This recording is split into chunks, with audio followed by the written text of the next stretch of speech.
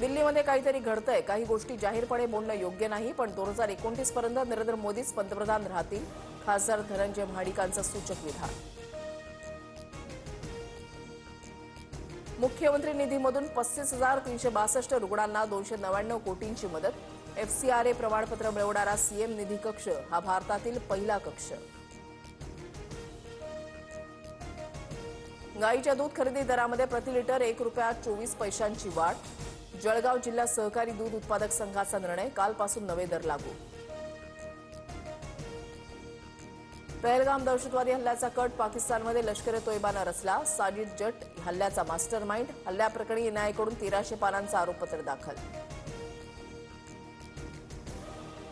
पंजाबच्या मोहालीमध्ये कबड्डीपटू राणा बालचौरियाची गोळ्या मारून हत्या. दुचाकीवरील 2-3 अज्ञात हल्लेखोरांकडून राणावर गोळीबार. पंजाबी गायक सिद्धू मुसेवालाच्या हत्येचा बदला घेतल्याची चर्चा. दिल्लीत दाट धुक्यामुळे पहाटे यमुना एक्सप्रेस वेवर मोठा अपघात. 7 बस आणि 3 कारची एकमेकांना धडक. अपघातामध्ये 4 जणांचा जळून मृत्यू. अपघातानंतर 150 जणांना रुग्णालयामध्ये नेलं.